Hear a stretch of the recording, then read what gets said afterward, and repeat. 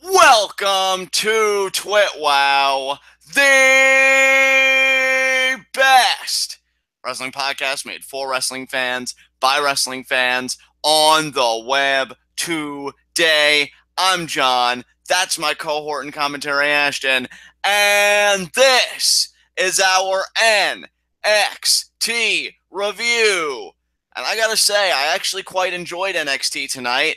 And I mean this as a compliment. If I didn't know that there was another NXT next week, because it's 10 days until NXT TakeOver War Games, this really felt like a solid go-home show to me. So I'm hoping that next week I can say the same. Otherwise, I'm going to be kind of hoping that these two episodes would have been swapped then. Because, yeah, I felt like this had some great momentum for a lot of the angles. You know, Andrade Cien almost had a great segment tonight, kind of spotlighting him and Zelina Vega.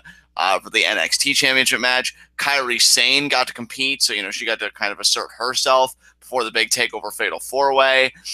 We got some angles teased, or like some matches teased, I guess, for the post TakeOver, you know, kind of matches and stuff between the women. And, yeah, I think this NXT essentially had a little bit of everything, and I quite enjoyed it. What'd you think of it, man? Sorry it took me so long to answer. I had to unmute my mic, but yeah, I enjoyed this episode as well. I thought this was a fun, kind of quaint little episode of NXT. Unfortunately, I wasn't able to watch the last couple minutes of the main event, so I'm hoping that you'll be able to fill in those gaps for us. But I have, well, not have, but I did manage to watch everything else on this show. And for the most part, I was content with what I saw. Yeah, man, nothing more you can say on that. So let's get right into our first segment, Heat of the Night. And you already know how I felt about NXT, so no heats of the night on my end. What about you? Oh, yep. Well, I think I have a nitpick tonight. Okay, what's your nitpick? It's actually I don't usually do this, which is why it's only a nitpick and not a full blown heat of the night. But it's regarding an individual performer. Do you want to try and guess who it is? No, who is it? Sonya Deville. What'd she do this time? It's not that she did anything in particular that I feel like was like this horrible, terrible thing, which is why it's not a heat of the night. But come on, girl, work on your delivery, please. Oh, so you thought her delivery was a bit flat? Yeah, that's really all it is. I mean, there's not really much to pick apart and analyze. I mean, I can agree to a point. Hopefully she gets more comfortable. You know, I don't know whether, because again, as we've talked about before, and I'm not going to retread all that ground here, there does seem to be like a lot of promise with the gimmick. I just think presentation execution is still kind of a problem. But I am curious about her working with Ruby Riott. I mean, you know, I really like Ruby Riott. It's nice that she's kind of found her footing. I hope that this is a kind of thing where these two can help each other. You know, because I think Ruby's a great baby face, but I think Sonya, she needed something definable, you know, like I don't like when a competitor seems aimless for too long, just having matches. I'm always excited for that first program. That's why I'm so stoked for Velveteen Dream, because his first big program is with Aleister Black.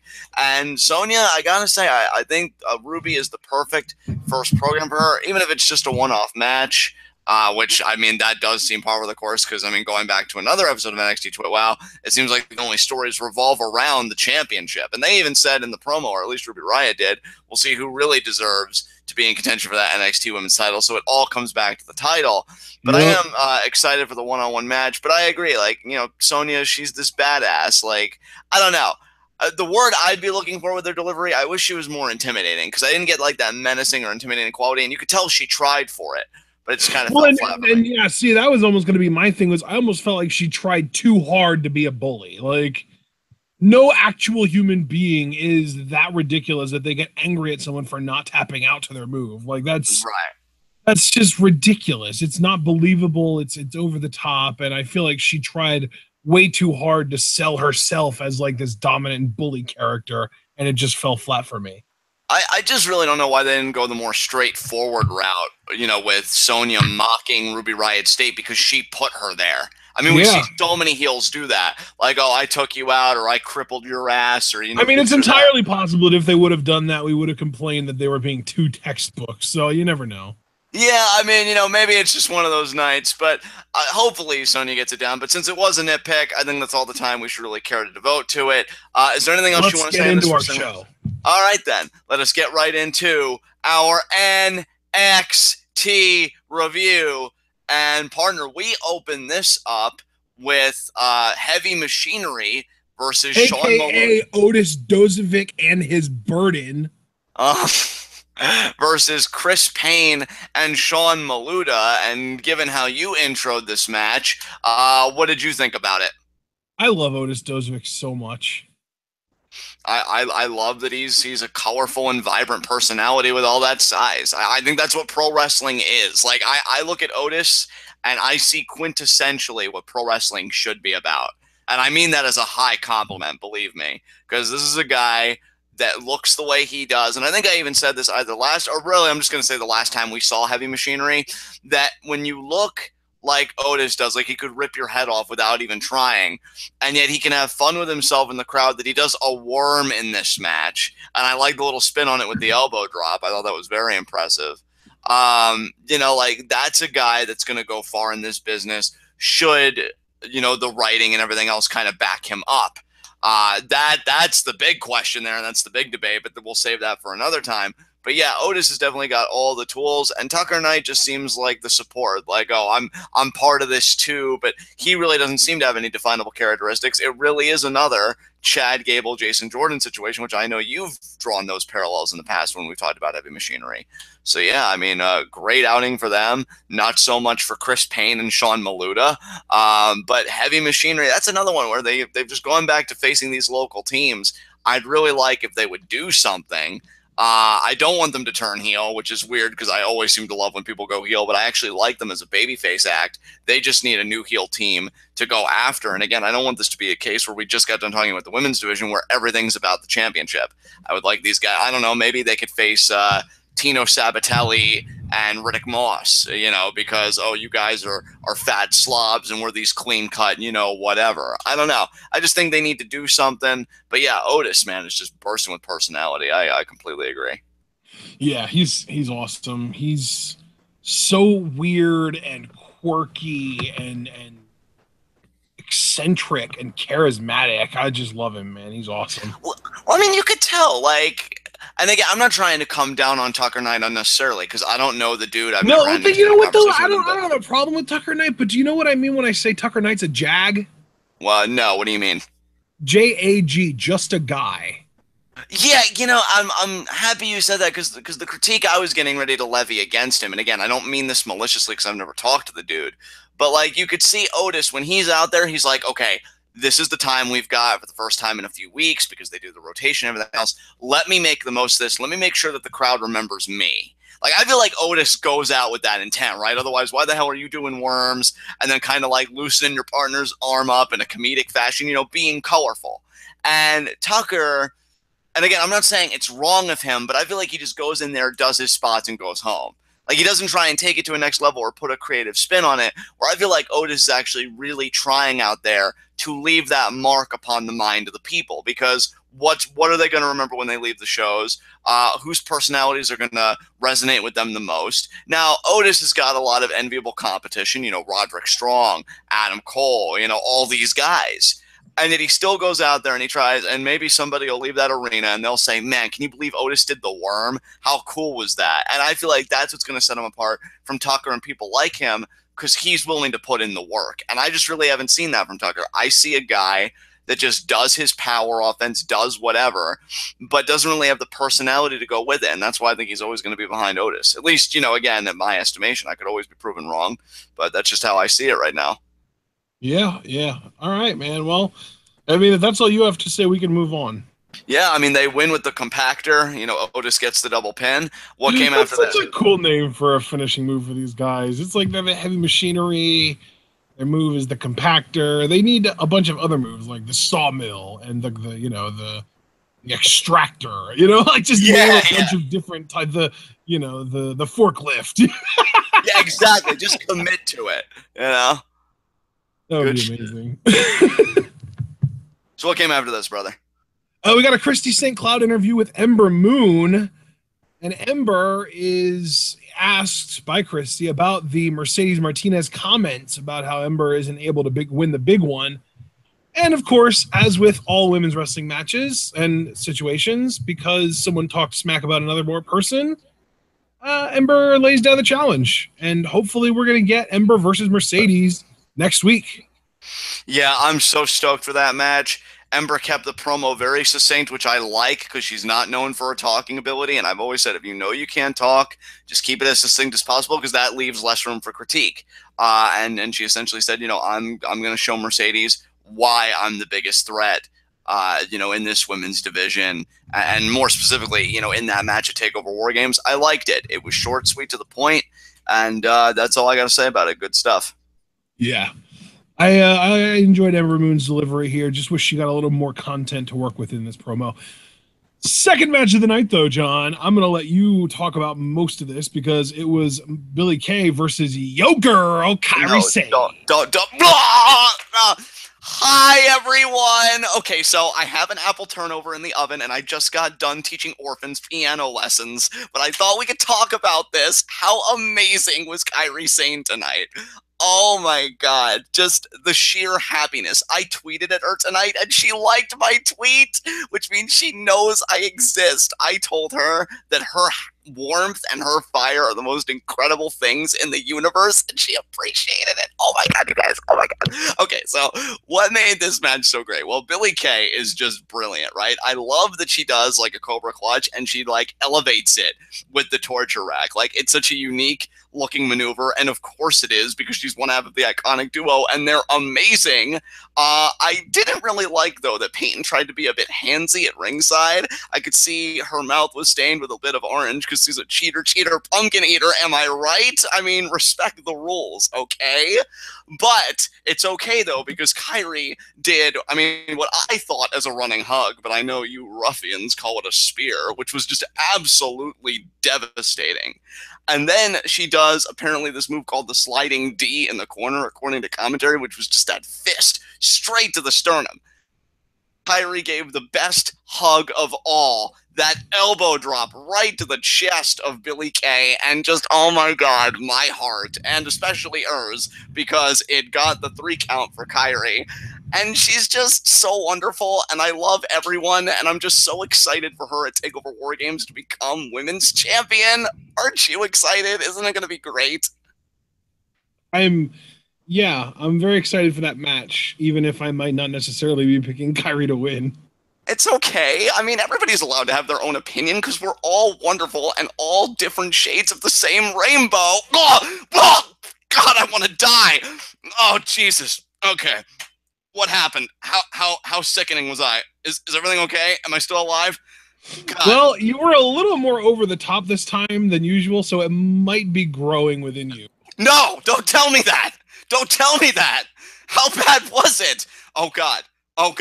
I didn't talk about giving piano lessons to orphans, did I? Please tell me I didn't say it. Definitely, that was one of the first things you mentioned, but also, I'm going to give you a direct quote. You said, we're all different colors from the same wonderful rainbow. Fuck my ass! Oh God, she's got to be stopped. She's got to lose at TakeOver War Games. I can't have this shit happen. Oh God, I didn't bake again, did I? Did I bake again? Well, yeah, you said something about having an apple turnover in the oven. You might check that out. I don't know. Oh God. Okay. Okay. Look, you just talk for a little bit. Okay, please tell me that you have something to say about this match. Do not leave me alone here. Oh no, I really enjoyed this match. I thought that this was really fun. Okay. Kairi, the way that she is able to connect with the crowd without even necessarily knowing the language is pretty brilliant and pretty awesome to be able to kind of witness. She's got this great charisma about her. And really, both the competitors in this match were really fun. Billie does some great stuff. And you mentioned when you were in your Johnny Goodfellow form that Peyton Royce got a little handsy. And I loved the way Kairi knocked Peyton away with an axe kick. It was pretty awesome. Yeah, it was pretty awesome. I kind of low-key want to die knowing that this is happening to me, but let's just hope that Kairi loses at War Games. No, I don't mean it. I want her to win. Fuck! I'm tired of this Jekyll and Hyde bullshit. Let's just move on to the next thing. What happened? I really did, before we closed out, I just wanted to also ask you, on a scale of 1 to 10, how would you have rated Kairi's elbow in this match? Oh God, it was absolutely stupendous. I'd give it a 12. Oh God, she's just Oh, the best part of all of us. I love everyone. oh, Can I hug you right now, please? I really want to hug you. No, sure. I will stab you in the fucking throat. Now let's move on. What came after this? I mean, I was kind of doing that on purpose because I felt like her elbow was a little sloppier than usual in this episode, and I figured I'd give you an opportunity to talk about it. You take that back? You just hurt my feelings. Oh God. Oh God. Oh God. No, no, no, no. It's okay. It's okay. I personally like the impact. Maybe the beginning of it was a bit Thought the impact though was still very legit, and we'll see what kind of an elbow she hits at Takeover War Games. Hopefully not at all, because if she does, I mean, it's very obvious that she's winning, and then my life is just 32 flavors of fucked. So Well, no, yeah. not necessarily, because it's a four-way, so she could hit it and someone else could break out the pin. Oh my God, you're so right. That's exactly what needs to happen. And then I'm That's gonna honestly probably exactly what's going to happen. You know what? You're an intelligent guy. I believe you. I believe in you, and I believe in your prediction. And then I can smother Johnny Goodfellow in his sleep. Yeah, yeah. No, you're brilliant. That's going to work out just fine. Anyway, what happened after this? Um, well, I'm really glad that it doesn't involve Kyrie Sane because I'm about done with the rainbows and teddy bears now. Up next, we got a segment in William Regal's office where Cassius Ohno shows up and said that he wanted to throw his name back into the NXT Championship conversation, and he feels like the best way for him to do that is to challenge Lars Sullivan at Takeover. I'm just going to say very quickly all the things I loved about this. First of all, I love that NXT hasn't forgotten about Cassius because he was on the winning end of a feud. And when you win a feud, you should have more visibility than the guy that lost, even though the guy that lost, I mean, obviously I'm biased. I freaking adore the dude, Hideo Itami. So really happy to see Cassius still in the fold. Love that he wore a Cesaro t-shirt, +5. That was really fucking cool. Great callback to, Kings of Wrestling. And K-O-W Kings. K-O-W Kings. I freaking loved them so much as a tag team. So freaking good. And third, and maybe again, I'm like reading too much into something, but I've got to say, I really appreciate that in just this segment that they've got it in your mind, making associations between Lars Sullivan and the NXT Championship, because Cash is like, oh, I've really been picking up steam, and he treats Lars like a big deal, and I've really got to credit Cassius for this, or I guess the writers or whoever, because he says, well, Lars makes sense. Because if I can beat him, if I can be the stain on his record, so to speak, that makes me look great. That makes me look like a worthwhile NXT championship contender. And I really like that. I really like that in that kind of way, without explicitly saying like, oh, Lars is a future champion or this and that. They're saying like, yeah, if I beat him, it's this huge deal. And if I beat him, like he's in that orbit of championship contenders. So really, I think the big winner of this segment, honestly, is Lars Sullivan. He didn't even have a presence, just the way he was talked about by Cassius Ohno. And I really appreciate that because that's how you protect and that's how you amplify like your homegrown talent. So yeah, I definitely was very appreciative of this segment. Yeah, I'm really excited for this match too. Yeah. And I think it's going to be great. Hopefully, I know some people. I know I saw one person that said they feared that like Lars might get exposed, both I think aesthetically because of like how Cassius looks, and possibly in ring, given the type of performer Cassius is. But then again, it's funny because we've talked about how Lars might be limited in the ring, but it wasn't that long ago we were talking about Cassius Ohno, and I believe it was you that put forth the critique that it was just like, oh, he only does the strikes and then the cravats, and Cassius Ohno as well is very limited. So maybe Cassius really is the first, the perfect first takeover opponent for a guy like Lars. I think maybe these guys could actually do something really good together. So I'm curious. I mean, the thing is, I don't think Cassius Ohno is limited in the ring, necessarily. I just think he limits himself as a way to kind of, I don't even know. Like, I can't come up with a good reason as to why he would do it, but I know that he has a really diverse move pool and he can work just about any style. For some reason, I don't know if he's gotten lazy or content or if he just feels like working this style is the way that he's going to stick around for a longer amount of time and it's more self-preservation or whatever, but he's really just doing like the strikes and like you said about the cravats, and he used to do pile drivers, but he doesn't even do those anymore because NXT. So Right. yeah, anyway, yeah, so I'm really excited about this. I don't know how, like, why would people say that Lars is going to get exposed from an appearance standpoint when he looks a million times better than Cassius Ohno? I'm not sure. You'd have to ask them because I really didn't even register that as a problem. I mean, it was just one unique kind of critique that I saw about the You situation. really want me to go on a rant about the way Cassius Ohno looks right now, John? No, there's no need. We know Dunkin' Donuts does not a bod make. But Neither yeah, Twinkies. But I hopefully, Lars looks great in the match. I mean, we're going to be doing Takeover War Games preview predictions, so you get my full in-depth thoughts on that match, at that time. But yeah, I'm really excited that they're doing this because I feel like it is more about Lars than it is about Cassius. But really, I mean, that's how it should be. So can't even really complain about that. And yeah, that's all I got to say about this segment. So we can move on. All right, up next, we had a big, long video package talking about the War Games match from people that have been in it before. I kind of skimmed through this. I didn't really pay a lot of attention to it. But if there was anything that happened in this or that was said in this that really caught your attention that you wanted to talk about, John, go ahead and tell me about it now. Otherwise, we can move past it. Let's move past it. All right, so then we got a great sit-down interview with Andrade Cien Almas and Zelina Vega. I love Zelina Vega in this role. She is an amazing manager. Dude, she is killing it. Like, you know what, dude? You go first. What do you think about this? I loved this. I love that the interviewer would ask a question to Andrade, and every single time Zelina would interfere, and she would be like, "No, you don't have to answer that. I got this." And she answered the question, and she did a great job of not only really driving home the point that like she and Andrade, like she knows Andrade more than anyone else because she's, she knows the real Andrade. She knows him since before he got to NXT and all that stuff. But she really drove home the point that new Andrade, the Andrade that she has kind of helped to sculpt, mold, create, is undefeatable. Yeah, I love that too, dude. And this got me psyched. Depending on how the go home show goes, dude, I am so fucking psyched for our preview predictions because I'm gonna be waffling like a motherfucker over this main event because coming away from this segment, I really do think it put the idea in people's minds like, can Andrade actually win this? Because the confidence was just oozing from these guys.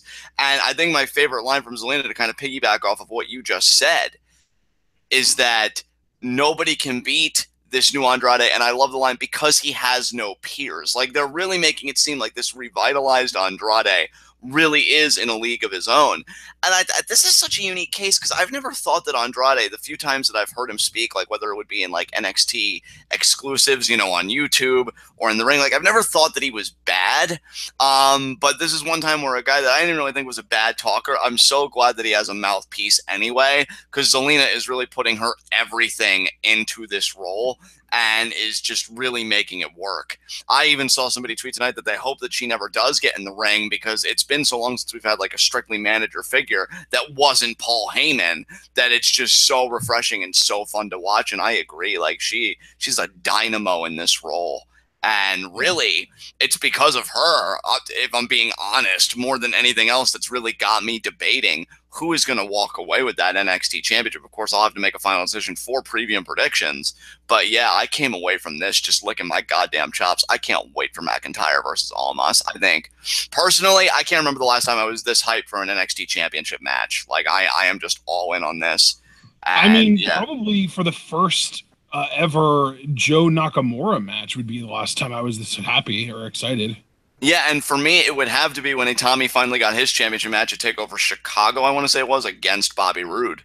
And, that was a little bit ago. So, yeah, I'm just so happy to see Andrade get his moment in the sun here. I think he's a tremendous talent, and just the addition of Zelina has only enhanced the act, which I think is what you should always strive to do if you're going to add something. And yeah, these two as a pair, so good. So we'll see how far they can take it. But yeah, I agree with you. This segment was great. Zelina's confidence definitely resonated with me, and we'll see where it goes. And speaking of greatness and confidence, up next we had our third match of the night, which was Velveteen Dream versus Cesar Bononi. Yeah, to me, if I had any nitpicks at all tonight, and it's a very selfish nitpick, I hated that we didn't get to see Velveteen Dream's gorgeous elbow drop. But you know what? Maybe because Kyrie had one on the same say show. Something about it. I even have in my notes that he was so dominant in this match that he didn't even need the Purple Rainmaker to win. That's a great justification. I'm wondering, though, if it was because Kyrie was on the same show and they didn't want 2 elbow drops. But, I mean, and again, I'm only trying to think with WWE logic here. I never really understood that. On Dream to show her up. Yeah. Because, I mean, his form is fantastic, too. And I think on this night in particular, he probably would have outdid her there, if I'm being honest. But yeah, he's great. He's great. And you know what? I will say, too, even when Dream, if he was restricted, if somebody did tell him, like, oh, don't do the elbow drop, it's fine, because I like the Death Valley Driver setup he does, and even as a finisher, it's believable. And I love that what preceded it was him looking into the camera and saying, say my name. Like, this guy just gets it. I always say with, like, Lucha Underground and other shit, it's always the little things with me that I catch that really make me smile. And just that little touch before the final blow. I'm like, man, Dream, you get this and you own this shit. It's so great to watch. After the match, he gets on the mic. He said, I gave you what you wanted, Alistair. And at TakeOver War Games, when the darkness comes into the light, I'm going to get what I want when you say my name. And that was essentially it. I hated that parts of the crowd wanted him. I was just like, shut your damn mouth. You do not know the greatness that you're in front of right now. But yeah, dude, Velveteen Dream is so freaking good. Like, I'm telling you, man, him, Lars, I could probably name a few other, Otis, we were talking about earlier. These are the parts of NXT that I really love, because they're all in their own ways really fun acts, and I would say Velveteen Dream is leading the pack because he's been killing this shit with Aleister Black. Honestly, I'd say that match, Andrade McIntyre, and War Games are my 3 most anticipated matches. Not even necessarily in that order, but yeah, I mean, Dream Black is on my list because they have done quality work. So, anything else you want to say about this? Yeah, I'm a new old no, but to answer your question, no, I don't have anything else I want to say about this. I just love it. Yeah. So, and Velveteen Dream is the freaking king. And I think we can move on to our recap of last week when Ruby Riott was locked in Sonya Deville's ankle lock and tried to get a rope break, but it didn't really work because triple threat rules, meaning no disqualifications. So it caused a problem with her ankle. And she asked the doctor who was tending her at the time what the prognosis was on her ankle. And he said it's going to take another 1 or 2 weeks for her to rest in order for it to heal properly. And then Sonya Deville shows up and she gets all pissy because, oh, Ruby, this wouldn't have happened if you just tapped out. And Ruby's just like, well, maybe if you would have broke the hold when I got to the ropes, which, I mean, in this case, they're both wrong because Zelina, you know where my mind is. She was freaking amazing tonight. Sonya is getting angry at Ruby for being tough, and Ruby is getting angry at Sonya for not following a rule that wasn't in place in the match that they were in. Yeah, that's the thing with this segment. I'm not really angry at like either a woman or anything, but like I don't know. Again, whether you want to blame the writers or whatever, you could have just made the motivations far clearer. You shouldn't have had to like muddy the waters like this. I'm laughing at the condition I put you in. You don't like that I'm laughing at you because you're a fiery babyface with pride. Bam. Even if we would have complained about it being too textbook, I probably would have looked back on it later and said, well, I can take my criticism and shove it up my own ass. Because, I think when you don't have the talking chops that Sonya does, and I know that Ruby can talk because I loved when she first came into NXT and they gave that inside look into her. Like, I thought she was great. But, yeah. Dude, I felt like she was really good in this segment. It's just the content of the promo that they gave her to work with didn't make sense. I feel like she compensated for her body language too, speaking more about Ruby Riott, because I loved her facials in this. She just looked so done with Sonya and like, I'm just focusing on my healing and getting back. I'm telling you, man, like Ruby is somebody that even though I'm not like the biggest Ruby Riott fan, I feel myself like more and more often going to bat for her because I feel like she has so much to give, a lot like the iconic duo, right? So much to give, and I feel like the foot isn't being put aggressively enough on the gas. And yeah, I think Sonya Deville is very fortunate that she'll get to work with somebody like Ruby because this match is going to happen when, in 2 weeks? So it's going to be after TakeOver War Games, I'm guessing, probably the Yeah, I'm NXT pretty after. sure because I went back and rewatched this, and Sonya specifically after the doc says a week or two, Sonya specifically says 2 weeks, huh? So it's going to be 2 weeks. So they kind of drove that home in their own way that it is going to be 2 weeks and not one. Oh, and I will say, I do think Paul in chat is right because he said, I think Ruby meant her ankle. Maybe you should have broke it because, and the only reason I say that he's right is that remember Sonya does end her side of the promo with, well, you better make sure it's healed up because I will break it. So really threatening to like finish the job this time. Right. And so yeah, Well, you know what though, that actually does make a lot more sense than her getting angry at Sonya for not breaking the hold when it was triple threat. So yeah, exactly. yeah. All right. Well, hey, thank you for the clarification there, Paul. That actually makes a lot more sense, and it also makes Ruby and her side of the promo look less awful. Yeah. So yeah, nothing more I can say about this since we already kind of touched on it to begin with for our Heat of the Night segment. We can move on. All right, then up next we had Street Profits, and this I gotta tell you, man, this was a little on the awkward side. But I don't even know who's to blame for it being awkward. So the Street Profits are just kind of chilling out, like screwing around in the Full Sail lobby, and some random guy, or just a random white dude in a suit, walks by, and they grab him, and they're just like, "Oh, you got the suit on, you looking fresh. You know what you could do to look even fresher?" And they hand him the black cup because clearly that makes all the difference. And Yeah. then he walks away, and then another guy shows up with a suit that's meant to be for Tino Sabatelli, and Montez Ford says, "Oh, it's your lucky day. I'm Tino Sabatelli." And Angelo Dawkins is not cool at all about it. He doesn't go along with it at all. He's just like, "Really?" And yeah, Ford is just like, "Well, yeah." And then, as the other guy who obviously, given that Angelo Dawkins reacted the way he did, should not have given the freaking suit to Montez Ford. That's called incompetence, and that's how you get fired. He walks away, and then Angelo's just like, "Oh, so you're Italian now?" And yeah, Montez starts doing like an Italian impersonation, and then Tino Sabatelli and Riddick Moss show up, talking about, "Oh, why do you have my suit, man?" And it was funny because Riddick Moss literally said, "Why do you have our suit?" So I guess he and Tino share it or something. But they're like, "Oh, why do you have our suit?" And then talking about, "Oh, do you want to be us? Do you want to ride the cars? You want to have the money?" And they're just like, "No, man, no, we don't need none of that." And then Dawkins lays down the challenge for next week. We're going to have finally this tag team match between Sabatelli and Moss and the Street Profits. I'm very curious who's actually going to get the win in this thing because they're both. I really hope the Street Profits win. I hope so too because I think Ford of the four guys is the biggest like investment here, like the most promising investment, I should say. But I also did say, and I stand by it, that I think as a team, Tino Sabatelli and Riddick Moss, aka Ted Cruz Jr., because I can't unsee it with that fucking face. They're a good heel team. So I'm curious who will get the win.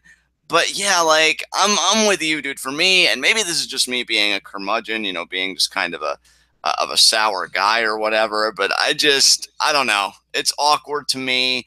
It comes off as very Crime Time light, the motivations, and then the antagonists are like, but it's somehow even worse than Crime Time. I mean, it's not as racist as Crime Time, obviously, right? But it's worse because like the guys don't, and really mostly just Angelo Dawkins doesn't have the comedic chops that Montez Ford has or that Shad and JTG had.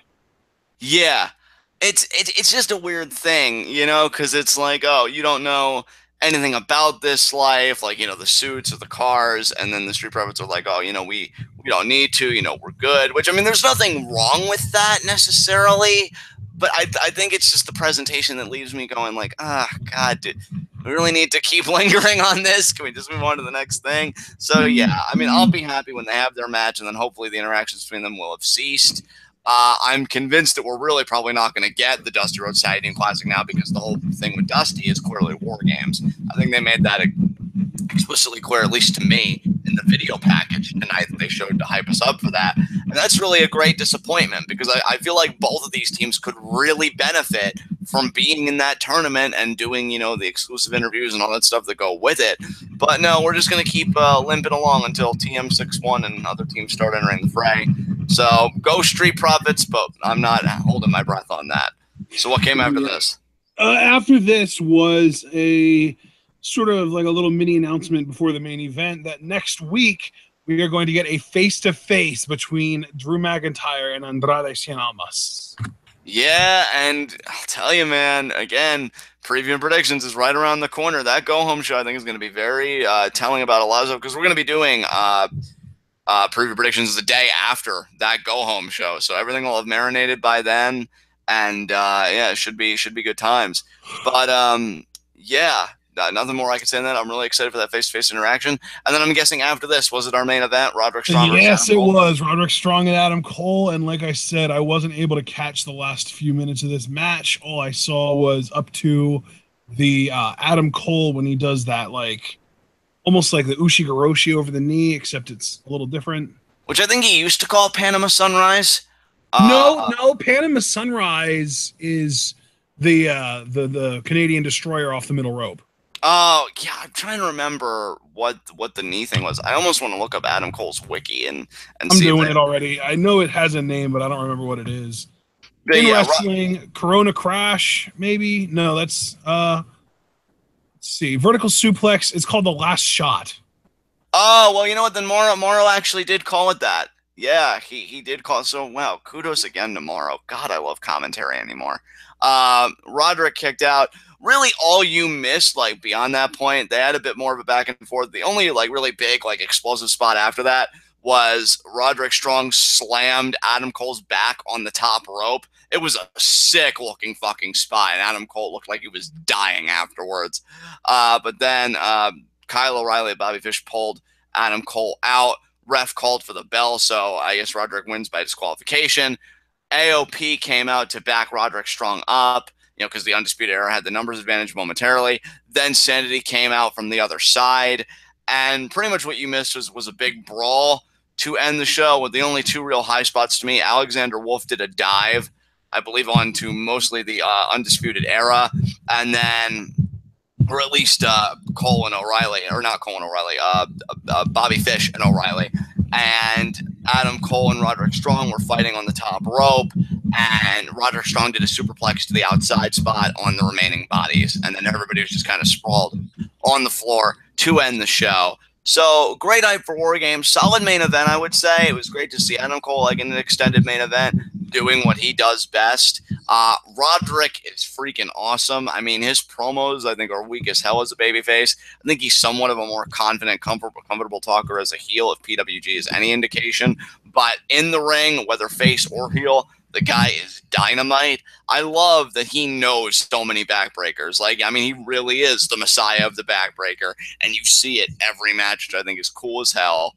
I'm excited for War Games. I've never seen a War Games match, so this will be kind of a treat for me because, you know, that was before my time as a wrestling fan. And yeah, we'll talk about which team comes victorious on preview and predictions. But yeah, this is a solid main event and a great post match to kind of get the crowd hyped up. So nothing more I can say than that. Sounds good to me. Let's move on, brother. High spots and low shots. Okay, I'm gonna say that my low shot.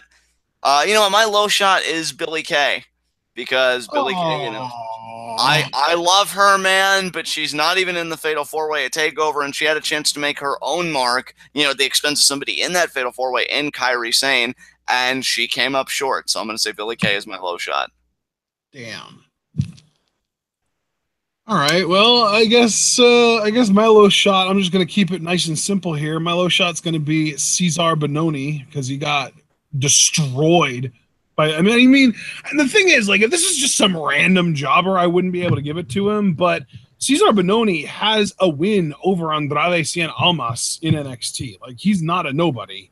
Yeah. And, yeah, he got not just beaten, but absolutely destroyed by Velveteen Dream here.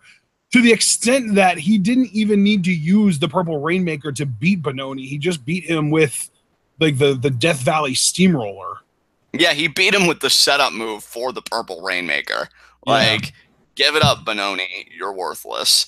High spot. You know what? It's funny you say it, dude, because, and yeah, I'll admit it's heavily biased, but I'm going to say my high spot's Andrade.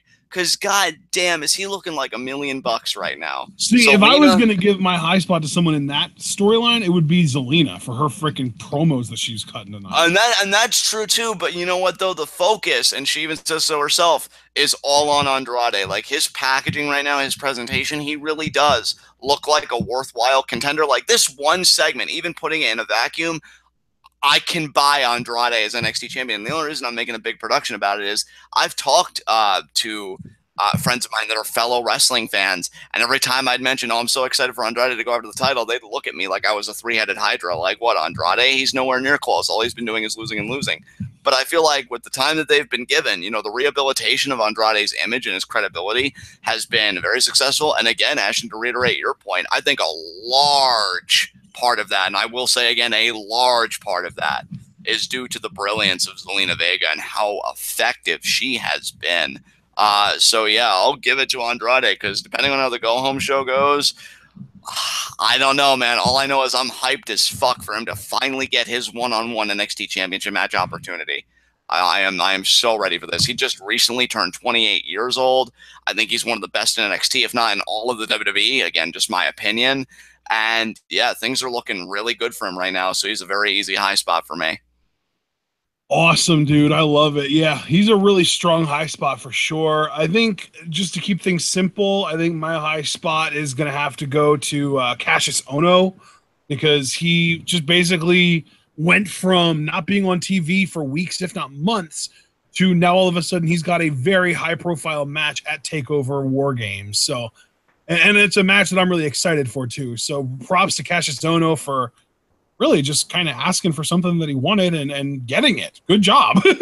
Yeah, really. Like, if only all office interactions were that simple. Hey, can I have a raise? You know what? You've been doing such great work. Absolutely, you can. Wow, awesome. But no, obviously we don't live in such a fantasy world. But Cassius got to at least for one night. So I agree with your assessment there. Is there anything else you want to say about NXT tonight before we go home? Close her out, baby. All right, then. Well, damn, you really put some stank on that. All right, guys, this has been NXT. This has been TWitWoW, the best wrestling podcast made for wrestling fans, by wrestling fans, on the web today. I'm John. That's my cohort and commentary, Ashton. Guys, be sure to comment, subscribe, and like the video. The more likes you leave, the more likely we are to be the top search result for NXT reviews on YouTube. And when you're the best at what you do, the top is the only place that you belong. So please leave that like. Guys, all of the media we are associated with is in the description box, from mine and Ashton's Twitter handles all the way to the TwitWoW Facebook page. So be sure to check all of that out. Two pieces of media in particular that I want to spotlight. Obviously, the Teespring store, you guys know all the merch we have on there. We have Braun Strowman-inspired merch. The biggest thing that I really like to push more extensively is the Emma Real Face of the Women's Revolution t-shirt. And what's so ingenious about it is it hasn't gone out of style because she's gone from the WWE. Because really all the shirt is again, Real Face of the Women's Revolution and a silhouette of Emma's face. There are no markings or anything that are distinctive to any brand. So if she goes to Stardom or she goes to Lucha Underground or she goes anywhere, that shirt can always follow and you can always support her and be a part of the Evolution. So yeah, that I think is one of the best shirts that Ashton has made. It was a labor of love for sure. So yeah, check out all of our Teespring offerings. I think we offer such a great variety of stuff. There's even a Scum Squad mug. You can drink the tears of people in a mug. I mean, we're just ahead of the curve right now. So yeah, check out the Teespring. Obviously, of course, the biggest plug of all is the Patreon. No, Paul, we will not be bringing back the 30-second hot seat. Don't you dare try and traumatize me. You and your cheese sandwich ass. The 30-second hot seat. I said no, goddammit. I'm finishing the plugs here. The Patreon. We are currently sitting, I'm looking at it now, at $101. We are just $19 shy of our goal. Progress Live reactions.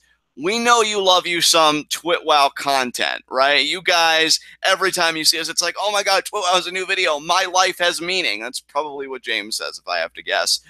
And we know that there's been a hole on Tuesdays because we haven't done SmackDown live reactions because we just feel like that the show hasn't really been of a quality to warrant such live reactions as of late. So, and just to be clear, we're not going to be doing them anytime soon either. I don't think we're going to go back to reviewing Raw or SmackDown even during WrestleMania season. I think we're just going to stick to the pay-per-views. Yeah, I have to agree with you there, brother. But here's the thing, guys. Here's the thing about that.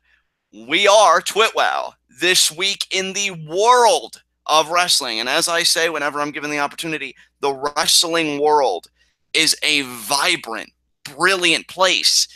And no promotion to me exemplifies that more that we haven't really touched yet than Progress. Progress does incredible stuff, riveting storylines, great character development. We want to bring that to you. We want to bring our fandom, our fun, our energy for this to you.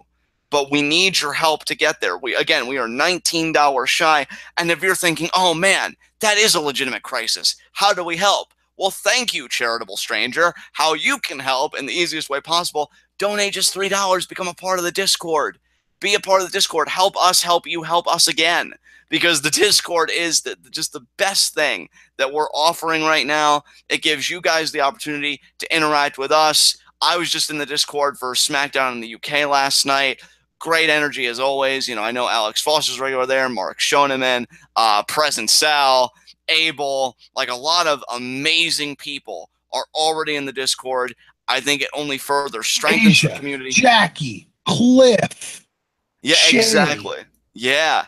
All of these amazing people just waiting to interact with you and just interact overall. The thing is, Paul has access to the Discord. He just chooses not to use it for some reason. Yeah, he just chooses to admire it while eating a cheese and onion sandwich from a distance, which, you know, is cool. I mean, that's your prerogative, but all of these amazing people just waiting to connect with you and further celebrate their love of pro wrestling, even if it isn't always in the WWE form.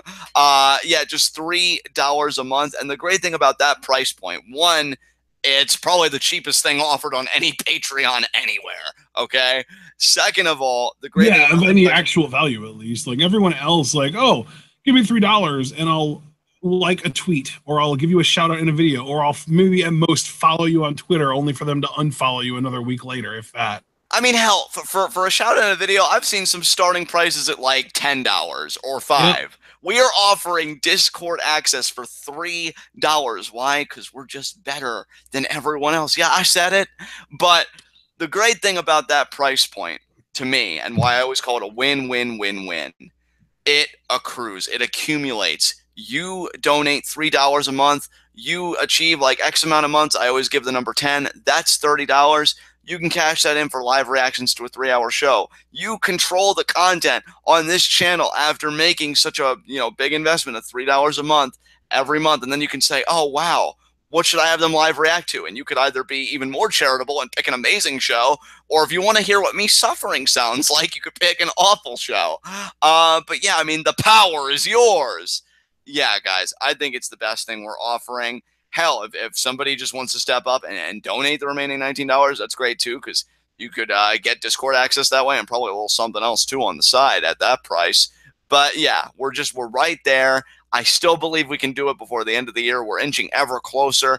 I'd love to go into 2018 knowing that Progress Live reactions were on our itinerary every week, because it's just such a fun and new experience. So please think about it. Give what you can. If you can, at least spread the word about your favorite wrestling podcast. That helps too. And yeah, hopefully we can get there.